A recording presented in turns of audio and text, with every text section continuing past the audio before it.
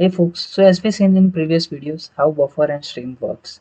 So in this video we are going to cover writable stream and readable stream in code. So let's start. So I have created a readme.txt which is containing fake data, and I have created another JS file which is containing the code of read stream. So this is the code of read stream where I have created fs.create_readstream and readstream containing directory name plus our file name which are having data.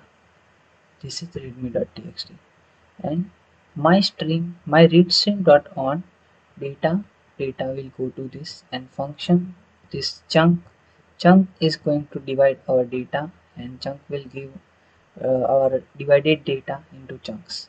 Also, let's first of all run.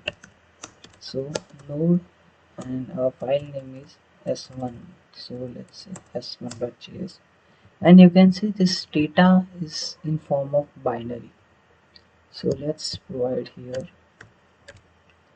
utf-8. Now let's again run this, and you can see our fake data is here. So that's how we can implement read string in Node.js. So that's it for this video. Thank you for watching. Bye bye.